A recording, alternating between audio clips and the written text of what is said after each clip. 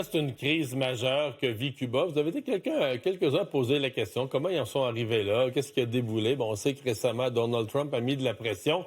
Je me suis permis, j'ai dit, tiens, on va préparer une espèce de petit cours d'histoire, on va remonter à la fin des années 50 pour essayer de voir comment Cuba en est arrivé aujourd'hui à être dans une telle situation de crise. Donc, Cuba depuis Castro. Il faut remonter à la fin des années 50. Hein. Batista est au pouvoir, dictateur. Quand il y a la révolution, là, comme il disait à Cuba, la révolution, s'il y a la révolution, c'est que les gens sont fâchés. Là. Les gens ont l'espoir, tout le monde a l'espoir d'une vie meilleure, d'un monde meilleur. Alors, tu as un dictateur au pouvoir, corruption, pauvreté dans la population, argent mal distribué. Alors, quelqu'un t'arrive avec un discours communiste, de justice pour les petits travailleurs, les honnêtes gens de la base qui vont retrouver leur pouvoir. Ça a pogné. Donc, mettez là-dedans. Tu as un dictateur au pouvoir, de la corruption, de la pauvreté, un sentiment anti-américain bien présent à Cuba. Tout ça, là, la colère contre le pouvoir en place, le sentiment anti-américain, qui sont, ma foi, propulsés par des leaders très, très, très charismatiques. Vous les connaissez. Fidel Castro, Che Guevara. Donc, la révolution cubaine a lieu et en 1959, Fidel Castro, arrive au pouvoir, donc devient le leader du pays. Promet beaucoup de justice. Hein? Là, on implante les politiques socialistes, communistes. Il n'implante pas tout à fait ce qu'on pourrait appeler la démocratie. Il devient le leader suprême. Évidemment, c'est un peu ça souvent les révolutionnaires. Là. Le reste, c'était le mal. Moi, je suis le porteur du bien. Alors, pourquoi des élections? Pourquoi des élections dorénavant quand le porteur du bien est déjà au pouvoir? Hein? Donc, parti unique. Donc, un parti politique unique, comme en Chine, comme dénationalisation, donc des compagnies privées qui sont nationalisées, donc l'État qui rachète ou qui exproprie.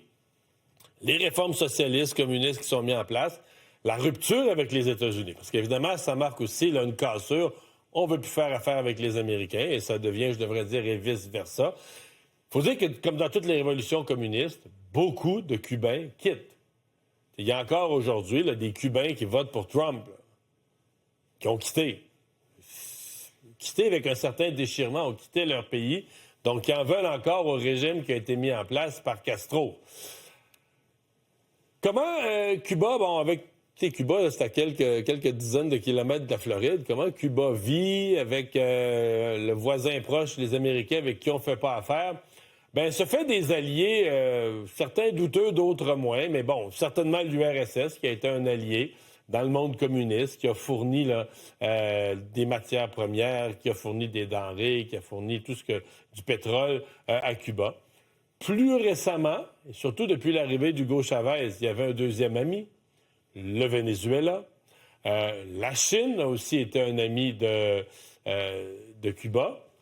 Certains diront le Canada aussi. Là. Le Canada est un pays qui a continué à faire affaire avec les Cubains. Bon, oui, les voyages, mais pas juste les voyages, des investissements. Donc, on a continué à faire affaire. D'ailleurs, Pierre Elliott Trudeau là, était perçu comme un ami de Fidel Castro, quelqu'un qui respectait Castro. Aux funérailles de Pierre Elliott Trudeau, Fidel Castro était sur place. Donc, le Canada fait partie de ces pays. Bon, pendant un temps, la révolution communiste, écoute, le pays n'était pas riche. Il n'y a pas un pays communiste qui crée la richesse au rythme des pays socialistes, mais depuis la chute de l'Union soviétique, depuis la chute de l'URSS, les choses se sont sérieusement compliquées pour Cuba. L'économie qui s'est encore fragilisée d'un coup. Les pénuries qui sont devenues plus fréquentes. Tu n'avais plus le grand frère, puis l'URSS, l'Union des républiques socialistes soviétiques pour t'alimenter. Puis les Russes aimaient ça. Là, la belle époque de l'URSS, on aimait avoir dans la cour des Américains, là, juste dans la cour arrière de la Floride, un allié. On aimait bien ça. Bon. Arrive après ça ce qu'on pourrait appeler la fin d'une époque. Parce que, oui, le rêve de la révolution, c'était aussi l'affaire de Castro.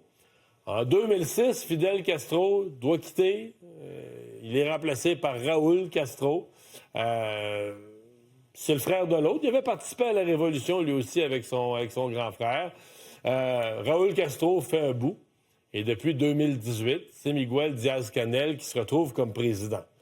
Donc, il y a eu un passage au pouvoir en disant une certaine modernisation du pays, mais il n'y a pas eu vraiment la modernisation dans le sens de l'ouverture aux investissements privés. Si vous comparez avec la Chine, là, le capitalisme, l'économie, la Chine a une politique communiste puis un parti unique à la tête.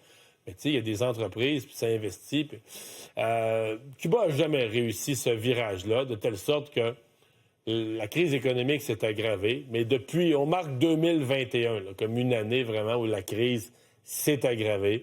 Alors que les pénuries se sont encore amplifiées, coupures d'électricité qui sont devenues de plus en plus fréquentes. On gardait toujours l'électricité pour des activités prioritaires. Le tourisme n'en a pas trop souffert parce que c'était prioritaire, mais dans le pays, on manquait d'électricité. L'inflation est devenue sévère, faisant que la population...